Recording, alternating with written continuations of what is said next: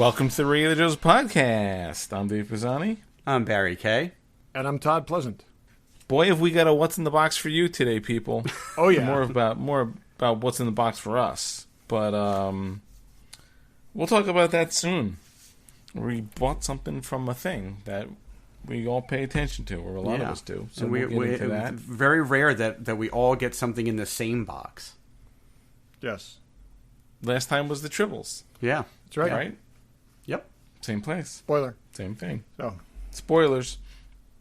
So we'll do that, and we're going to talk about something else connected to it. But, hey, I haven't said this. Follow us on Instagram, even though we're not posting that much. But do all that stuff. Certainly follow us on Facebook. Leave us a review. We appreciate all that stuff.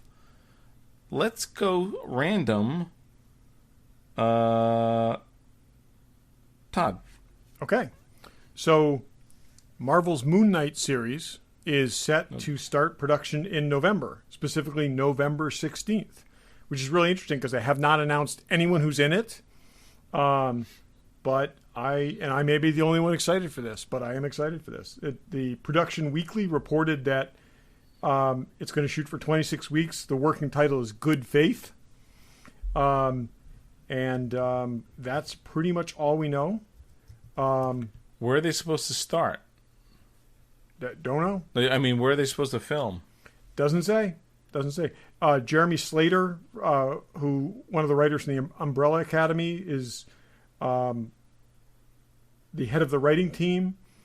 And basically he said, blah, blah, blah. We have a bunch of brilliant writers. Everyone's excited about this project, blah, blah, blah. But list a couple other writers. But, boy, nothing casting. Nothing, and there's so many incarnations. Maybe they're taking a page out of The Mandalorian Season 2 where they didn't announce all the extra cast members until they were done filming it. So yeah, that's what I'm saying. It's interesting. But it was supposed to have started in July, and now they've backed it up to November. So we'll see. Maybe they're looking for a shooting location that's coming out well in the daily testing. So Russia's supposedly opening up for production. Yeah, so maybe they'll go there. I'm sure that'll be good. I was thinking more a matter of like what city in Canada comes out good first. The problem is Canada is behind us on the curve. They're behind us. They started later, and that border is locked. So that's a problem. I have friends with a house production in Canada that they cannot get to this summer. So I got one other thing. Why? Yep. I was just saying, I just read that Disneyland is opening July 17th, so if Disneyland can open, I'm sure a lot of the production and studios and everything else can open. Can and will, and Disneyland the 17th, Disney World the 11th. Yeah. So will they do it? We are 6 months away from the expiration of the date when they can, 6 months and minus a week or so, when Marvel can do something with the Netflix Marvel characters, because they had a 2-year window where they couldn't do anything with those. So 6 months from now, they could theoretically make Daredevil season 4 if they wanted to. No one is talking about that. And my last thing that you guys won't have, Eagle Moss, where I drop money on an almost monthly basis, just announced 3 Orville models. Oh. So if you want the Planetary Union Exploratory Class vessel, USS Orville, you can get it in 2 different sizes. You can get the little kind of the standard size, or you can get the XL size. And then they also have the shuttle. So interesting. They're on pre-order. Did they ever have season 3? No, it Isn't hasn't it supposed to be on Hulu? Yeah. We saw season 1 and 2, right? Right, and it's supposed to be on Hulu. 3 was on Hulu, but whatever happened? I don't think it ever aired. Kind of a weird looking ship, but I'll probably get at least the small one. I think it's kind of cool. Yeah, the small one would be. I like that ship. Yeah. Enterprises. I'm glad somebody's making something. Yeah, that's a weird deal. I mean, and they should have been on long before this. Yeah, we were. I think they were talking situation. like February or March. So that's weird. Eagle Moss needs to do the ship from Galaxy Quest too. They need to do. They need to get some other licenses like that. They've got a lot of strange things. I would love to see the ships from The Expanse. I'd love to see the spaceship and like the moon buggy from The Martian. I mean, there's a bunch of things like this. I'd love to see Lost in Space. If they went after some of these licenses, it would be cool. Well, they go after a lot of stuff, so I wouldn't be surprised if it's stuff that they're looking for. Yeah, but I mean, this is promising because this is very niche-y, I think. I would not be surprised to see Lost in Space. See the Jupiter 2 and the Chariot and probably the robot. And a few other things. That would be cool. So, yeah. Barry, what do you got? So I watched a documentary the other day that I know we've never talked about. I don't know if you guys have it on your radar, and it's not new. I thought it was new. It's actually from 2014. It's called The Green Girl. Have either of you seen this? Sorry, I'm making noise here. Sorry. Is it about Yvonne Craig? It's about Susan Oliver, who was Vina in the Cage. Sure. But it was really interesting because I knew nothing about her other than that she was Vina in the Cage. But really interesting life. And if you're a Star Trek fan, it's worth watching. Although they talk about Star Trek a bit, but it's not the focus of it. But couple of interesting things about her because she's I won't go quite as far as say like Hedy Lamarr territory where she was a spy and like a genius, but really ahead of her time. She turned down a ton of work because she didn't want to be locked into a series because she wanted to be able to take movies and stage as it came her way, which was unusual. She was offered a non-exclusive contract at a time where actresses were only getting like locked into like you have to work for our studio and nobody else. She guest starred on everything in the 60s. They show a clip from everything she was in, and she's one of those actresses that was in like 4 episodes of this and 4 episodes of that and 8 episodes. It's like she was a guest star, like recurring guest star all the time. Her mother was an astrologist to the stars, and she's the ghost in the library scene in Ghostbusters. Her mother, they used her mother as that old lady ghost. Oh, which really? Kind of cool. That's funny. Yeah. She was in... Go ahead. I was going to say, I've spotted her in The Big Valley. I've spotted her in I Spy. Man from U.N.C.L.E. She's been in like everything. She's in everything. What I found, and this is where it takes a turn, which I had no idea. She was in almost in a plane crash. The plane went from 30,000 feet to 3,000 feet in a nosedive, and the pilot pulled it out at 3,000 feet. She was hypnotized after that, and then she became a pilot. So she was a light plane pilot, and she had 5 world records as a pilot. She did a transatlantic flight by herself in a small plane from America to Russia. Supposed to go to Russia. At the last minute, the Russians wouldn't let her land, so she got like diverted somewhere else. She fought to be a director at a time when women literally could not be a director. She took like directing classes, and she ended up directing a few things. She directed an episode of MASH. I need to see that. If you're not making this up, I need to see this. I'm not making up any of this, which is amazing. Okay, this is cool. And no, that's what the sad part. The sad part is that don't she died. That part. We want to watch this. No, it's just she died at 58 because she could have been treated for something that she chose to go a holistic route on. But like I was thinking of like she's somebody who like had she survived into the 90s or beyond, like she was only 58 when she died in 90. Like she could have been like a regular on the convention circuit if she wasn't still acting. But she's like you don't even know about this. Like she's one of these people you've never even heard of. Yeah, well, but it would have been cool to meet her, especially now, like having seen this documentary. It would have been now. I think there's a lot more. Yeah, but so I it's can on remember, Amazon. It's called The Green Girl. But it's probably 20 minutes too long. But other than that, it was really, really informative. She had her hairstyle in like I don't know whether it was like she just didn't like changing her hair, but she had her hairstyle in like 5 other things, and that's why I kept it's like That's the and she woman from was what at the time what is that court martial, and not court martial. What was the Cage made into? Menagerie. Menagerie. Thank you. And that was a woman from Menagerie. But it was very obviously her. And then you'd see her in something else. And she was a gorgeous woman, and she actually played very young. So like into her 30s, she was still playing like teenagers in some stuff. Yeah. Pretty wild. So anyway, I was kind of riveted by it. Random and interesting. Yeah. There's another documentary. I haven't watched it yet. That like After Flash, Yes, I have that in my Amazon queue, but I haven't watched it yet. We should watch that and then talk about it because Sam Jones is our pal. He did us a solid. He was great. I've been holding off on watching it because I really want to rewatch Flash first, and I have the Blu-ray of Flash. I just haven't popped it in yet. I have not seen that in like forever. Let's watch that and the documentary potentially for next week. Okay. Can we do that? Yeah, we can do that. Viewers at home, watch along with us. Yep. That could be a good drinking. I believe that could be. Yeah, we should do that. Why don't we cue that up for like July 4th weekend, and then we'll do it as a drinking show, like on a late Friday night or something. Yep. And we can see if the others want to get in on it. So, more the merrier.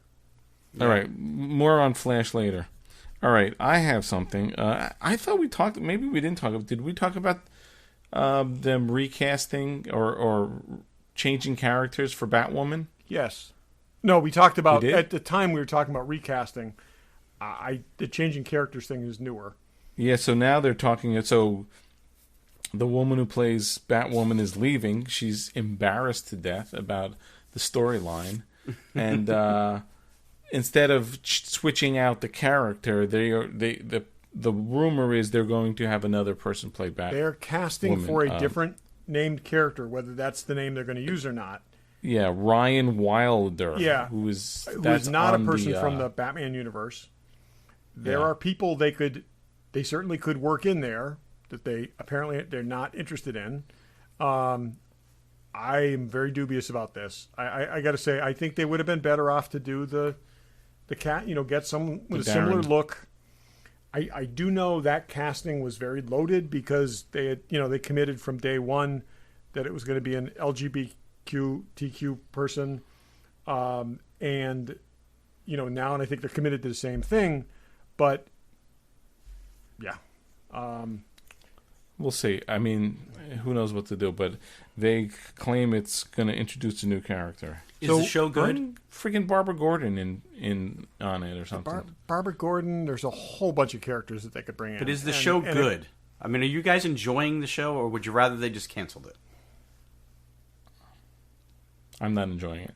It's not good. It's okay. There's one big problem with the show that now put it this way: if this Ryan Wilder offs the sister on like episode 1 of season 2, I'm all in. Is the sister still alive? I still got 5 episodes left. They didn't resolve that storyline. Sorry, I spoiled that for you. No, she's still alive, and it continues to be the one plot. Which is why, like I said, I think if they can just get Beth out of there, I think they stand a chance. But because the premise of this show is Batman has disappeared, so Batwoman steps up to fill in the gap. Now you start season 2 with what? Batwoman disappearing? I mean, and some random person who apparently is homeless, based on what they say, steps up to fill the gap. Sister. That's just weird. The new girl should come in and kill Batwoman and take over her role. They said they will not kill off the character. That would be very controversial. But again, like I said, if she just decides she's, and right before the end of the series, they did the whole, I'm quitting being Batwoman. They dragged that out for a couple episodes, and then she said, no, I really need to be Batwoman. Now she's not. It's I guess I really didn't realize how much this one story just sucks. I mean, I cannot understand how they have not responded to my letters. So, it's and it's also not to the point where it's bad enough that it's one story, but it's a ridiculous story. Here's your sister killing people. All the pieces are there that they can do something good with. Guys, liberate yourselves. Just not. Liberate yourselves from this pain. It's just hit the DVR. I haven't watched. Go into your DVR and say cancel series. Yeah. Well, now apparently we have. What month is it now? We have at least 6 months before this crap is coming back. Hey, but on the good side, Flash will come back, and they have a great ensemble cast, including Elongated Man. Oh, wait. That's not a thing anymore. Well, I'm like 8 episodes behind. Did they kill so kill Dibney? I will tell you, in the cliffhanger, Elongated Man is very much there, very present, has his own storyline. So I'm really curious about how they're going to handle that actor not being on the show. Whether they're going to... You didn't read that? They fired him. Oh, did they? I didn't know that. Oh, they've... No, I was Barry didn't read that. So, okay. No, I didn't know. This is yet another one of those, somebody dug up his tweets from 2012, 2013, and found them offensive. And so I was like, oh, God, this again, come on. And then I read a compilation of the tweets, and I'm like, yeah, you got to fire this dude. because, yeah. Yep. So he's very sarcastic. He apparently thought he was very funny. And he said a lot of stuff that anyone who wants to have a public career probably shouldn't do. Yeah. You got to be smart about that stuff. Yeah. Any other random? I'll take that as a no. Okay. And I didn't have the note about Disney. I'm curious to see if that actually opens. And Disney's one of my favorite places. I don't know if I would go. I don't know if I'll ever get on a plane again, but that's a whole nother story. I don't know if I feel compelled to be the first one to show up at anywhere when things reopen. Anything, when you think about it, Cinemark just announced U.S. and worldwide they're going to reopen their theaters in July. And I'm like, yeah, not really ready. So if I was the only person there, maybe. So... Well, so this is an interesting one, and I'm sorry it wasn't on my list for random, but you just mentioned theaters. So they dropped the trailer yesterday for Bill and Ted Face the Music, and the trailer, and this is a trailer they literally just dropped yesterday, says coming this summer. So either they're banking on some theaters are going to open and they are going to be desperate to see anything. And mind you, I'm not. The trailer looked terrible. I'm a fan of the original movie. This trailer looked terrible, but. Like, will people go see anything just because they want to get out of the house, or are they going to throw it to streaming? They didn't say, but like to make the bold statement that it's coming this summer, where we don't even know what's going to be open, is interesting. That's a perfect movie to see in a drive-in. I was going to say, drive-ins are going to be big business this summer. I don't see myself being into a theater before fall, when, Wonder Woman. I got to say, again, the theater that on the fourth night of any release, I can go to theater in town here and be one of 8 people in the theater. So I think there you go. I think I might go in a few times, buy a ticket, and say, yeah, can I come back Thursday with this? Because I really want to see that, but I'm not ready to sit in a room with a bunch of strangers. I know. I wonder how. I trust that Alamo will do something smart. But how smart could you be? Right. How tight is every spacing other seat? There? I've never been in one. But they're spacing. So it's booths, right?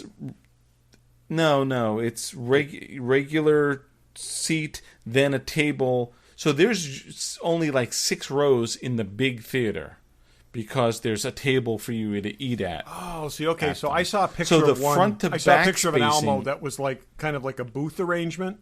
It's like a that wasn't an Alamo. That was probably an iPick. Okay, that's probably what it was. And iPick, funny enough, you had your own sort of closed-in booth.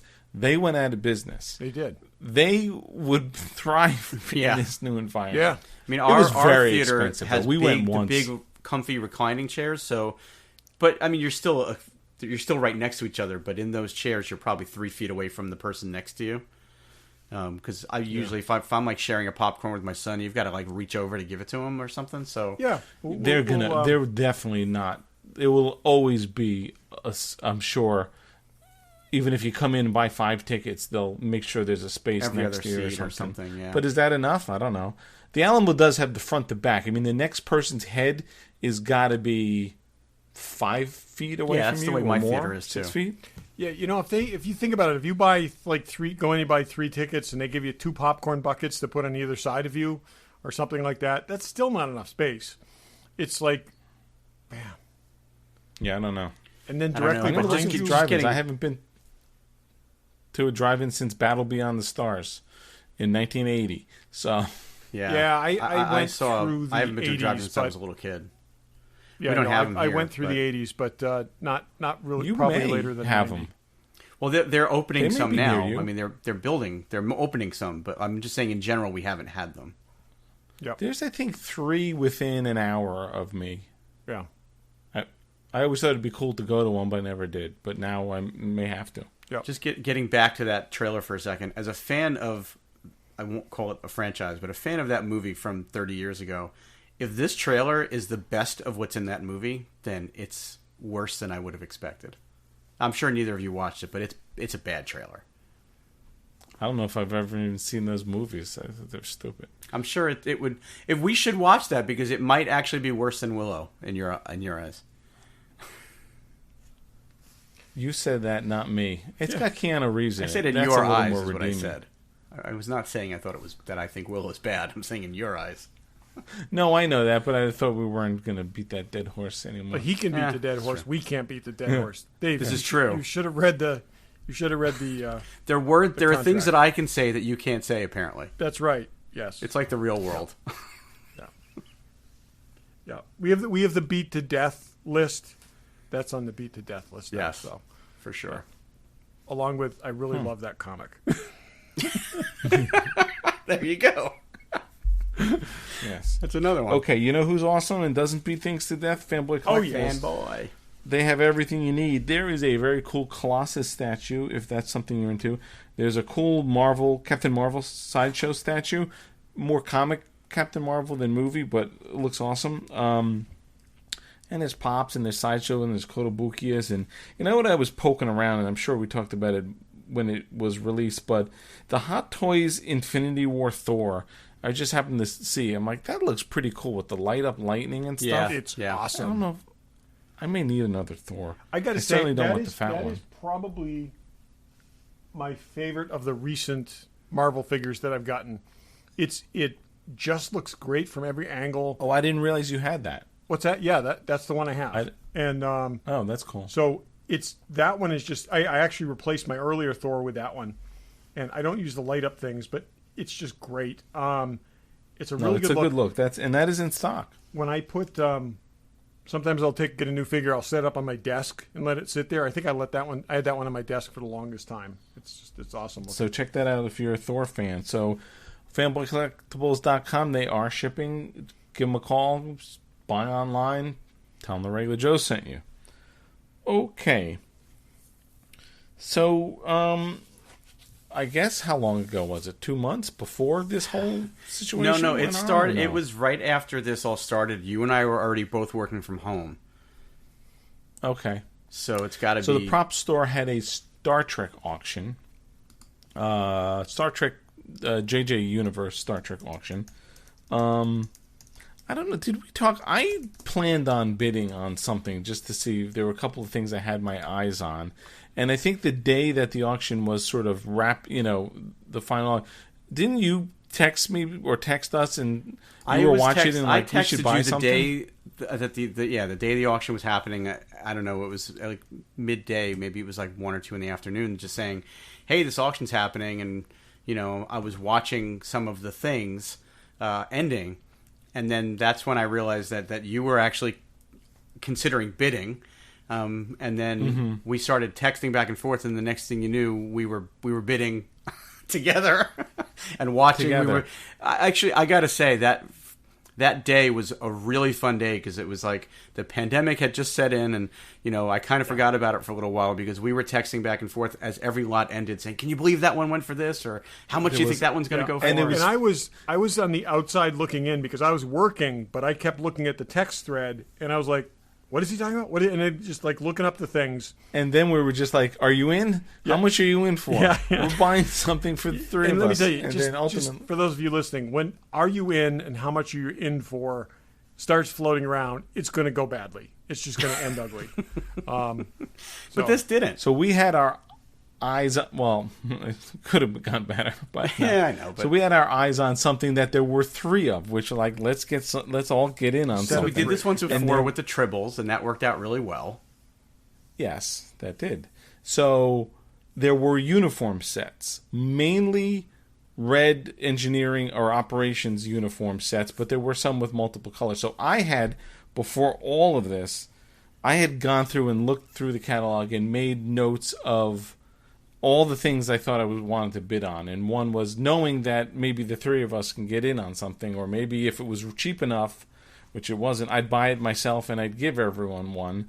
And it went way, way beyond that. But that's a whole other story. Yeah, I mean, we won't talk about final numbers, but we started out with I don't want to spend more than X. And then it quickly, because you do get caught up a bit, and then it became, I can go a little bit more. Because it's an auction, okay?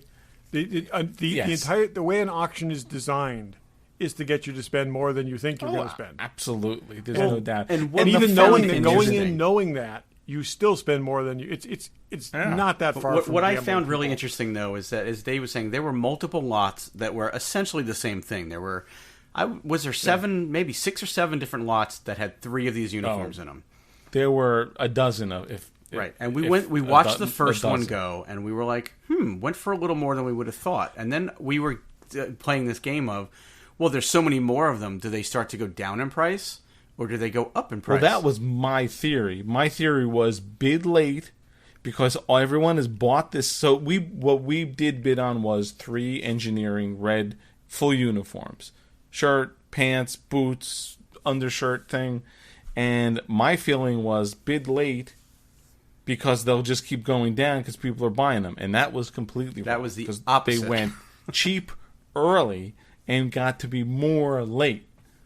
And as everyone sold, the next one came up. I guess people were getting outbid on the previous one, and they were going higher and higher on the next one. They were panicking.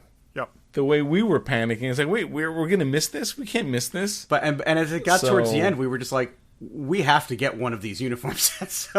So we ended up bidding quite a bit more than we originally planned. But I don't think it was more than our limit, right? We kind of had and it was close. More than our limit. Yeah. Okay, so we didn't steal these things, is what we're saying. It wasn't a ridiculous. It is not ridiculous. Thousands of dollars. No, but for an actual screen-used uniform, that's the full uniform, the whole costume, the shirt, the undershirt, the pants, and the boots. I think we did well. Yes, I think we did okay. And the one that came after us went for more money, which is good. That felt good. And those didn't even have the boots. If you remember that last one that sold. I was just going to say, yes. And some didn't of those even have the boots. Yeah. When I had this idea before this thing happened, and I wrote down a bunch, I'm like, if I can get them for X, I'll buy them, not knowing we'd do, and I'd give you each one. That was less than a third of what we wound up paying. Just so you know. So, anyways. Yeah. But then what was really funny was Todd never really got back to us to say he was in. We just took it on faith that he was. Because we were all working. I said I was Dave and I was a day where Dave and I then it was could just actually... and then it was afterwards like, okay, how much did we spend? And I think you guys both sighed in relief. So yeah. So we won this auction with 3 lots of the uniforms, and then we paid, and then everything was shut down. You know, the whole at the early stages, the postal system or the whole shipping and stuff wasn't so. And they probably had to close their offices for a while too. They definitely had to close their office. They couldn't pack up and ship stuff out. They can certainly, nothing against the prop store, they're great, but they can certainly have an auction and take your money, but shipping stuff out. And I even remember saying, I'm surprised they didn't postpone the auction, because this was maybe a week or 2 into the shutdown, or just before, or whatever. I forget the exact timing, but I remember thinking to myself, like, so many people are losing jobs and everything. Like, is this really, like, even from a business standpoint, are they going to have the auction, or are they going to postpone it? But they had it, and I would venture to say that they might have made more money had they waited. But that said, I'm glad we got what we got.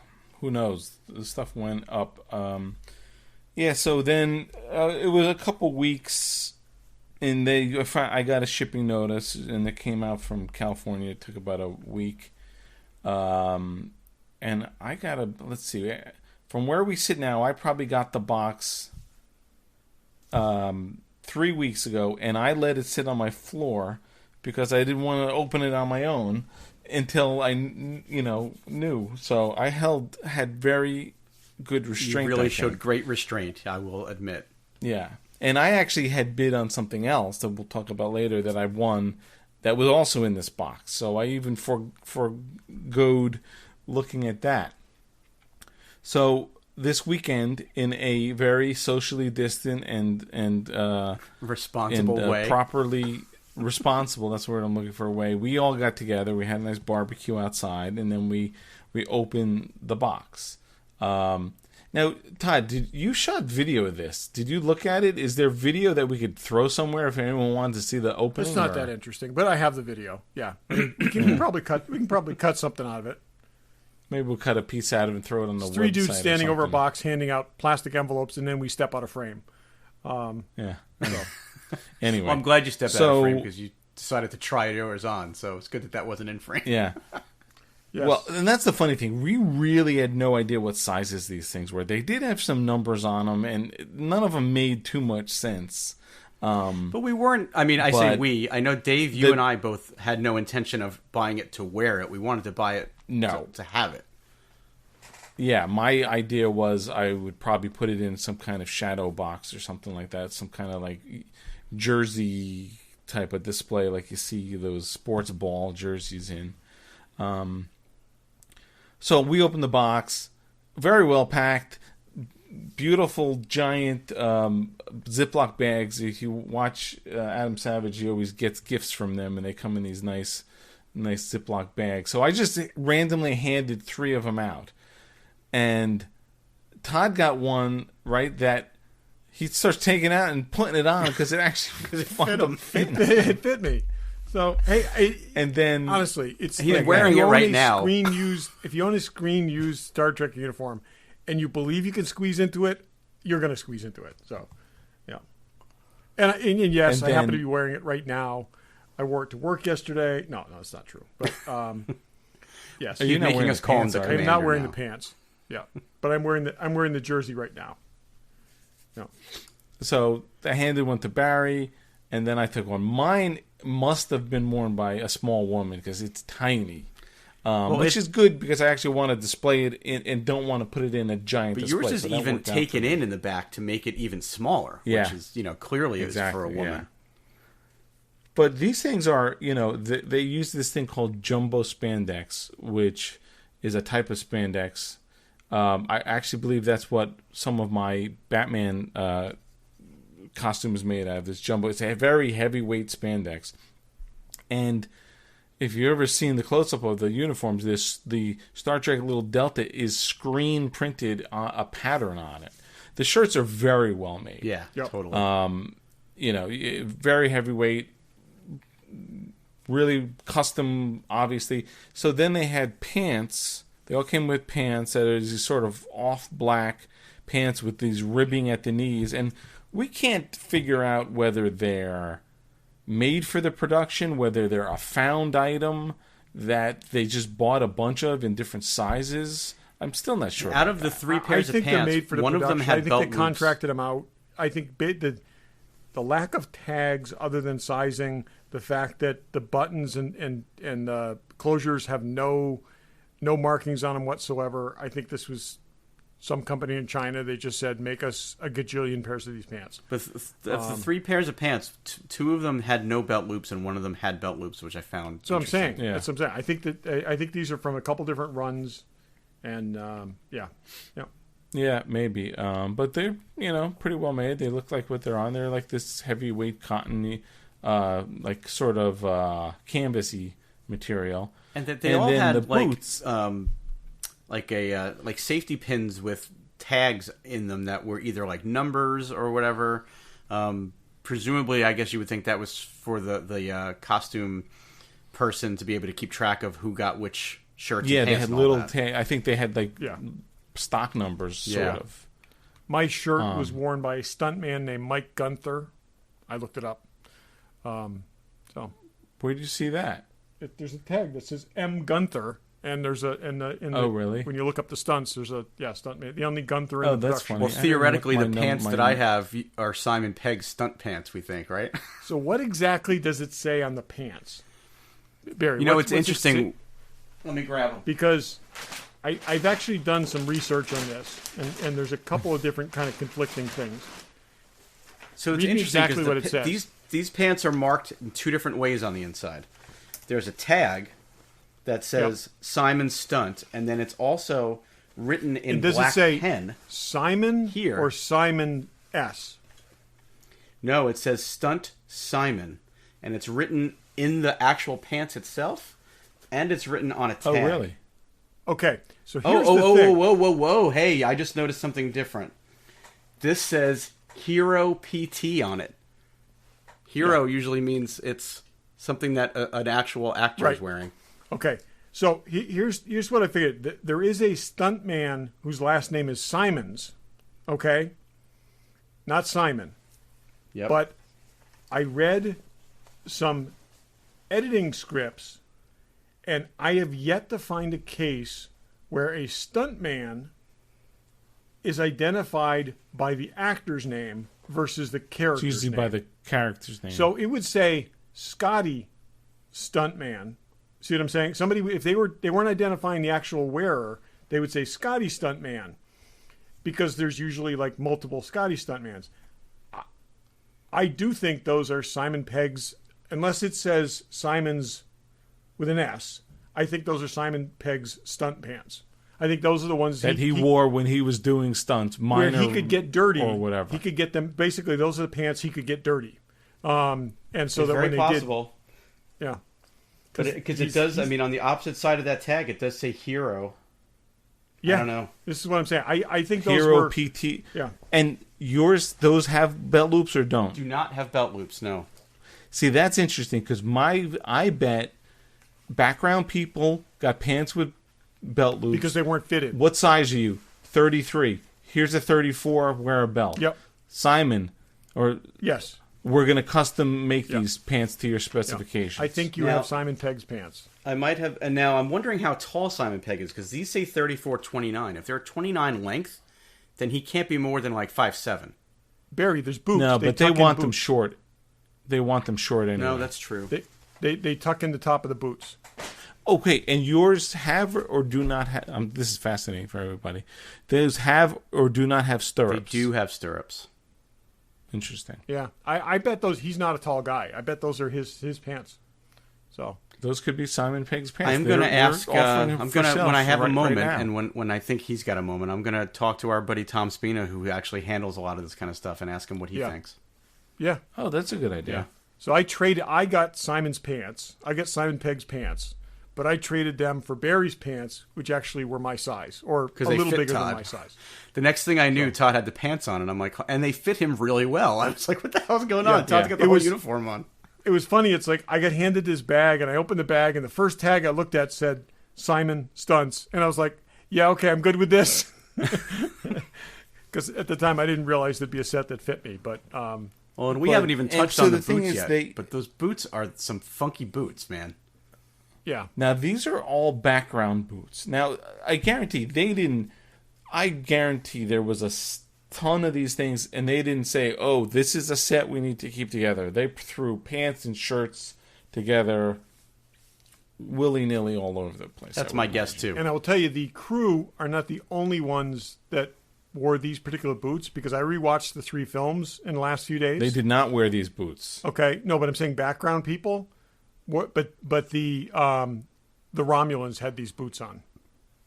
All the Romulans, other than Nero, when they try to kick Kirk off the catwalk, the guy that tries to kick him off is wearing these boots. Well, it's interesting because I think in the listing they did so.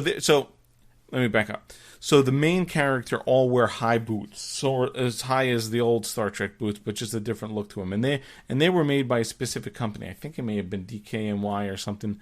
And they were sort of, I feel like it was a found boot from what I remember reading, but they're high. They're like calf level boots. So these are these Puma sort of high top height boots. And it does say in the listing, it's boots added, something about like production boots added, not necessarily matching this costume or something. There was some disclaimer on the boots, so they could be Romulan boots that went with the that they put with these costumes, or background people. Because I'm pretty sure I remember the boots, like these particular found boots, were like these $500 boots. So maybe they bought these cheaper Puma boots, dyed some of them. It also looks black like and included and I went back and I like tried to zoom in on some frames and stuff. It looks like some of the background people may have these boots on with kind of like a gaiter. Okay, that brings it up and makes it look like the other boots. Oh, interesting. So, because they look a little bulgy towards the bottom, but they've got the same line as that, but they're all clearly in the background. So yeah. But this and looks then like the black undershirt. It looks like the lot that we got was, at least like I said, my shirt was from a stuntman, so they were probably, but it's and my boots are scuffed up, so they may well have been, this may well have been like a trailer full of stunt stuff. So could be. There was a ton of it. And then the shirts are all these black Under Armour shirts. They're regular Under Armour sort of compression shirts. Yeah, Under Armour compression shirts. Yeah. So I'm happy with it. We'll send some pictures. Dave, your shirt's unique in a couple of ways. One, it appears to be sized for someone either very small or a woman, and it has the impression badge, of the badge kind of quasi embroidered. The position for the badge is marked. It's definitely marked where it made a dent in it or something. You think it made a dent in it? That little guy that worked with Scotty, that's pressed in there so that they know where to put the badge. Oh, yeah, that's what I meant. Yeah. No chance that was the shirt from that little guy that worked with Scotty, right? No, that guy's way smaller than that. Oh God, I would totally love Keezer's shirt. That would be awesome. Wouldn't that be cool? Keezer's shirt, and I'm offering it for sale if anyone's a Keezer fan. No. Any tags in that one?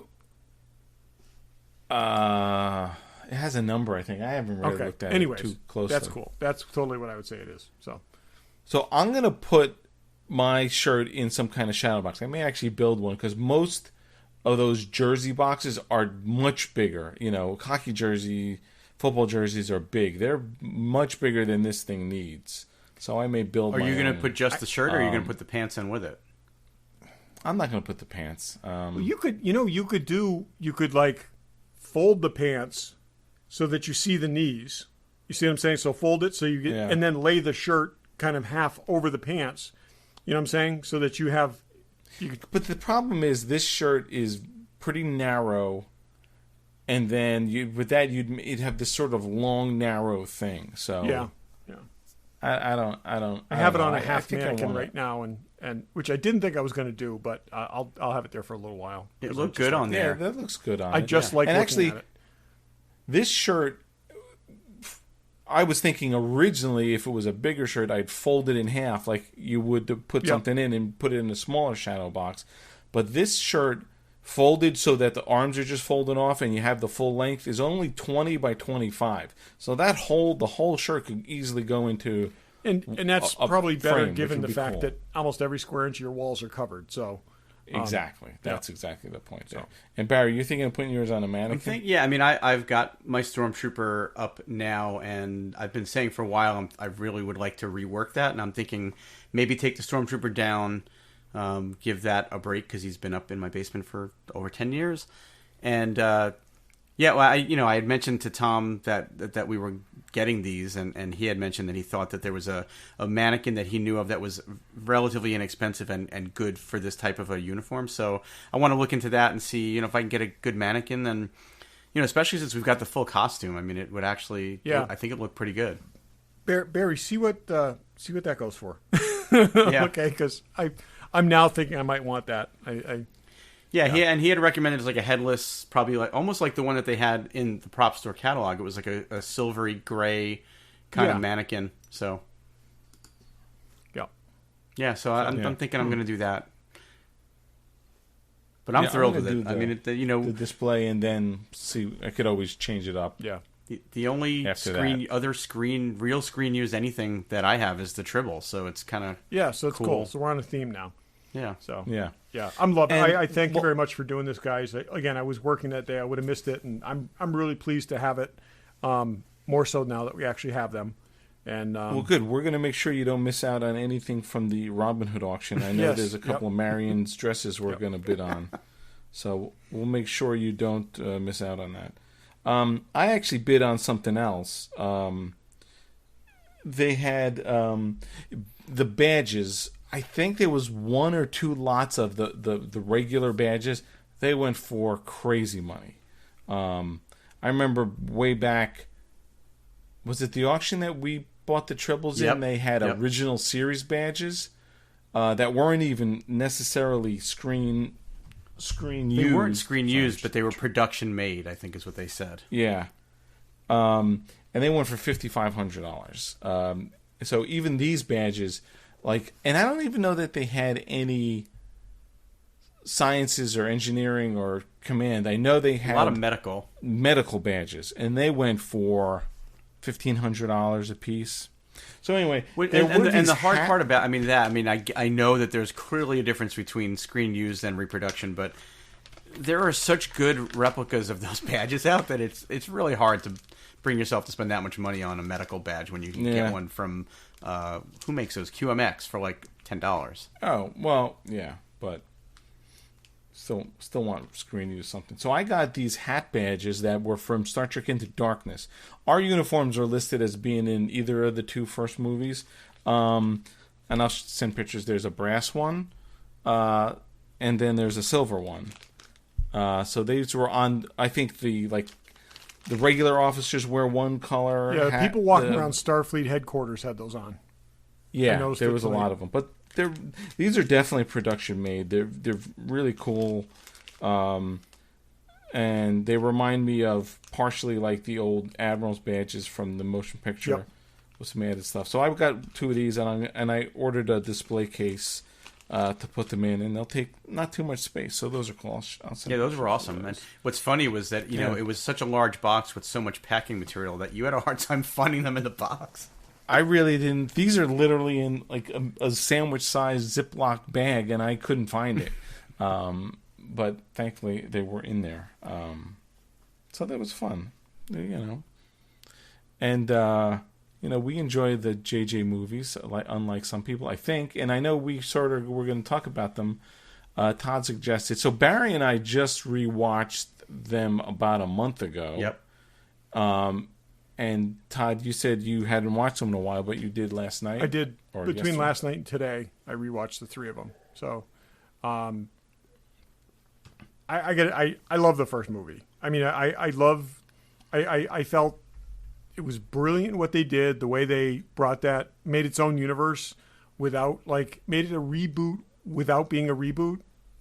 I still think that's one of the most clever things we've seen done within a science fiction franchise. So even in the current, we've got now Discovery and we've got Picard and all this. This is still a separate universe that exists, and there's a lot of things they could do with it. They did a couple things, which it's. I like both of those films. The follow-up films, not quite as much. I think that they've both got some significant weaknesses, but I really like the characters in all of them. I feel it's funny how you develop an affinity for those characters in the first film, and then you carry them over. I think all those characters are extremely well cast. I feel a little bit like they didn't know what to do with them, particularly in the third film.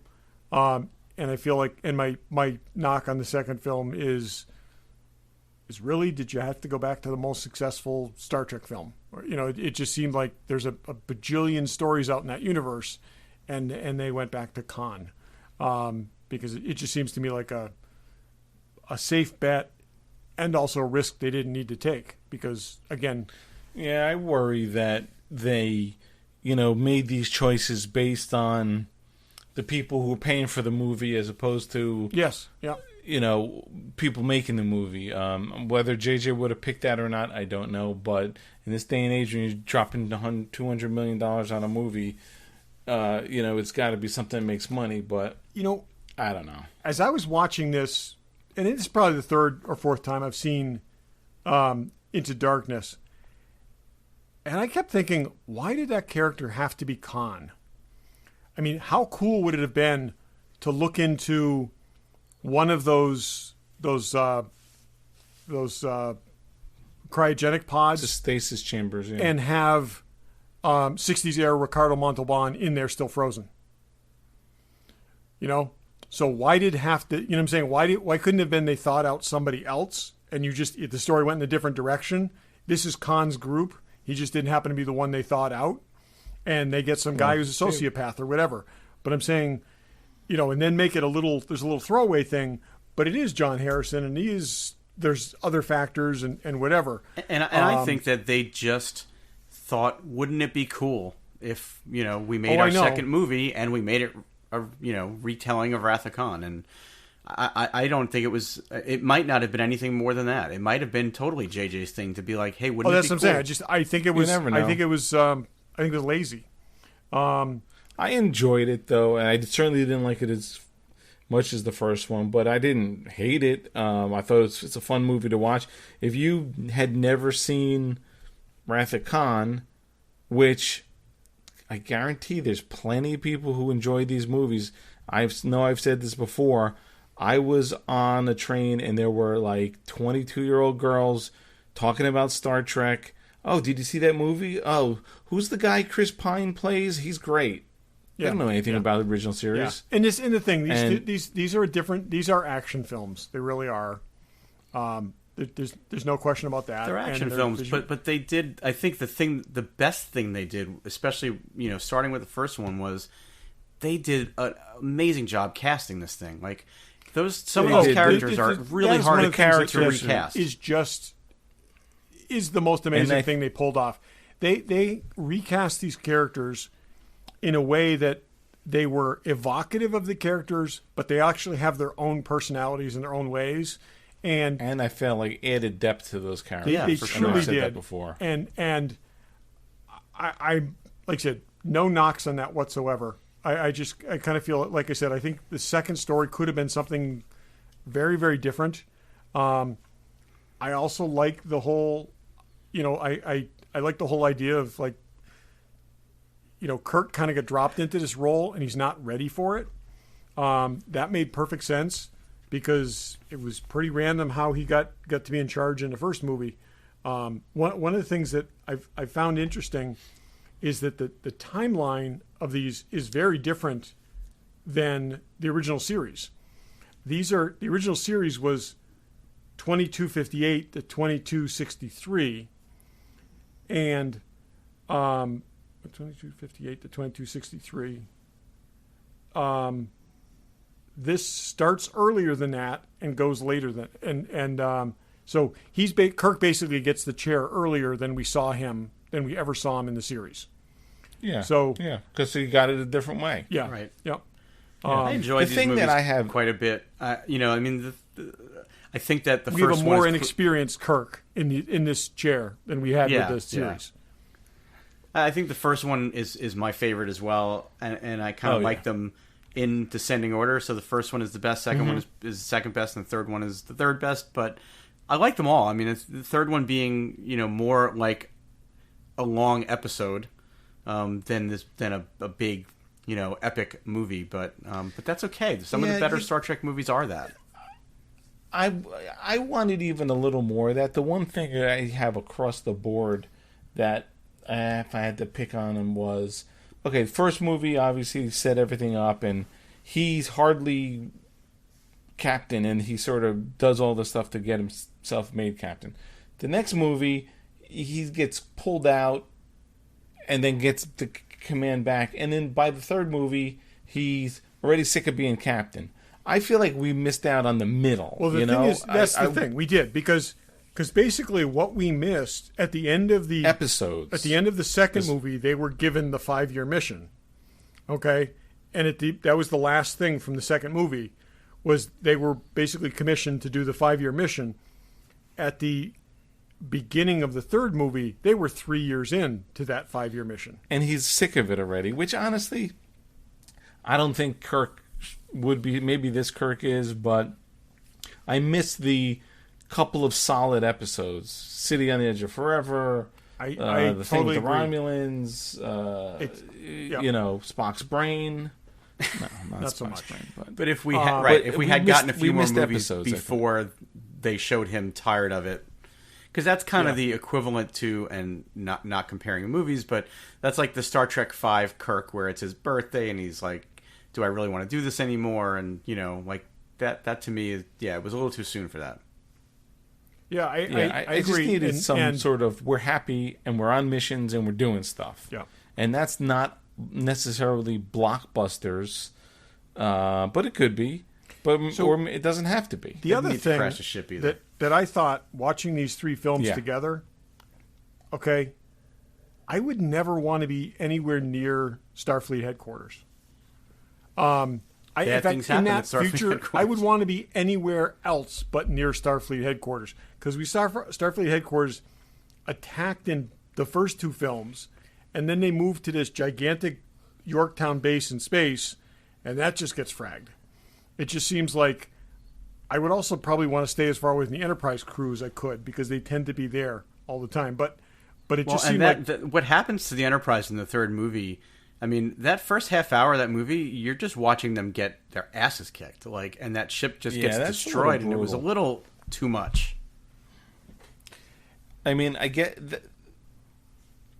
I guess that you need that to get him out of the funk of not being interested anymore, but it's too soon. That's for like the seventh movie, I feel. I also never got any more movies, so. I got to say, I did like the whole thing with the Franklin. I like the idea that it's not the ship, it's the people, and that given the adversity, they could rally and they could get together and they could mount this thing because of the character and who they were and what their individual skills were, instead of having the biggest, best piece of technology that existed.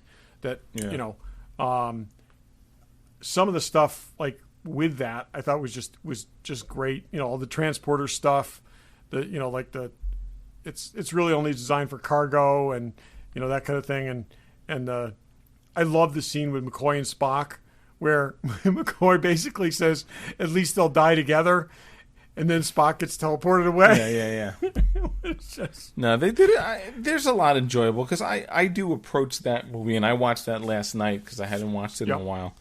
I do approach that movie with, this isn't so good, but it's a good, solid watch. It's enjoyable. It is, and it's just, I put it this way, I'm disappointed if it is the last of those films, because I felt like in both of those second and third efforts, they were capable of more than that. And that's the only thing. I mean, if we had 7 of these films, these would probably be the 2 least interesting of the films. But the first one remains very good. It feels good seeing this group together. I would love to see them get. I really love to see them get a fourth outing. That would be more. That would be a chance to get everybody back together and do something worthwhile. My concern is if they actually get that crew back together versus starting over again, it feels. I just have a feeling that they would feel like they needed to outdo themselves and go bigger than they've done before. Well, think about it. This is when was Beyond made? When did Beyond come out?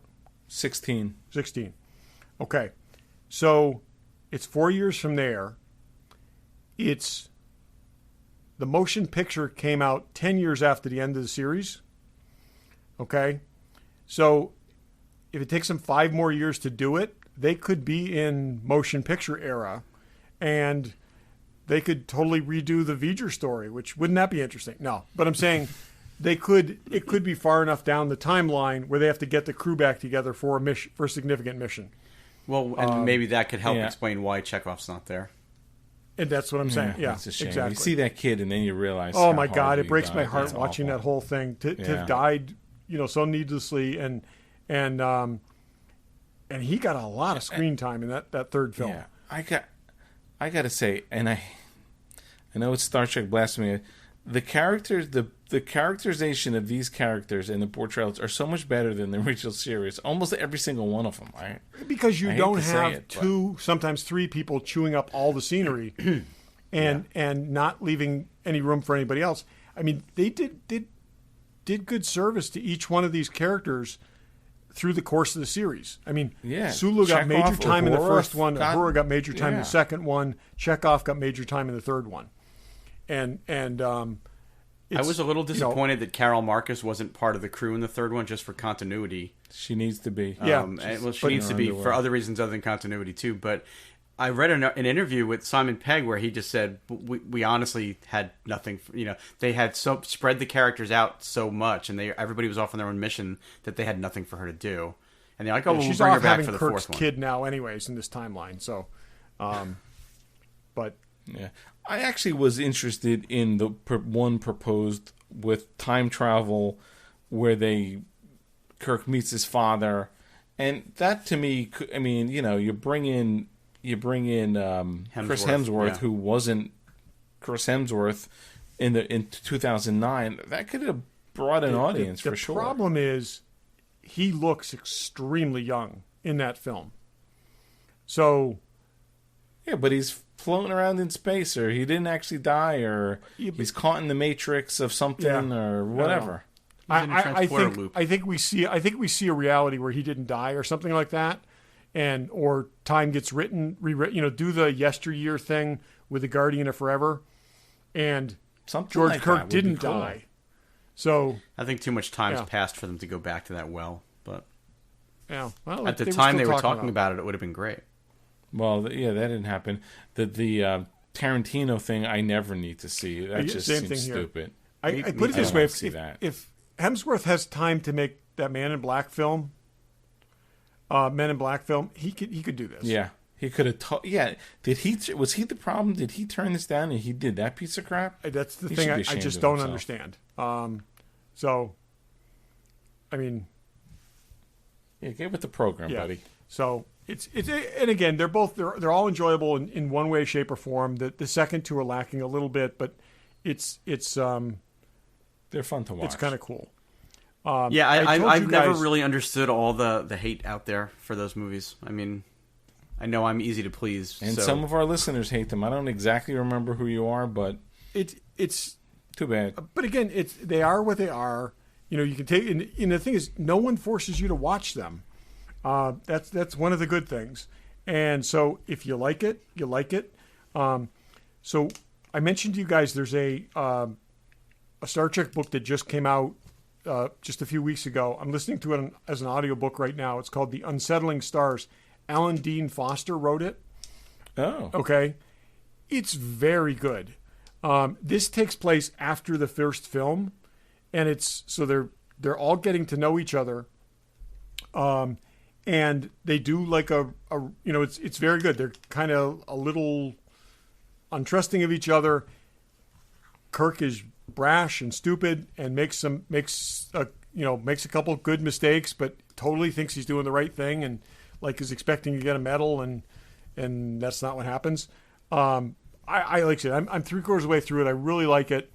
But here's one of the reasons that I really like it. So Dayton Ward reads all the Star Trek books. He's the reader that reads all the Star Trek books. He's probably read 7 or 8 original series books that I've listened to, most of which are I highly recommend. They're very, very good. His versions of Scotty, McCoy, and Chekhov are based on the movie Scotty, McCoy, and Chekhov. So when he does their voices, he sounds more like the movie versions than he does the original series versions. So he dials right into these characters. His Chekhov voice, which is very different than Walter Koenig's voice, is very much the correct voice. His Scotty is dead on. It's actually quite good. So I was a little concerned about that he would just get in there and read it like the other series.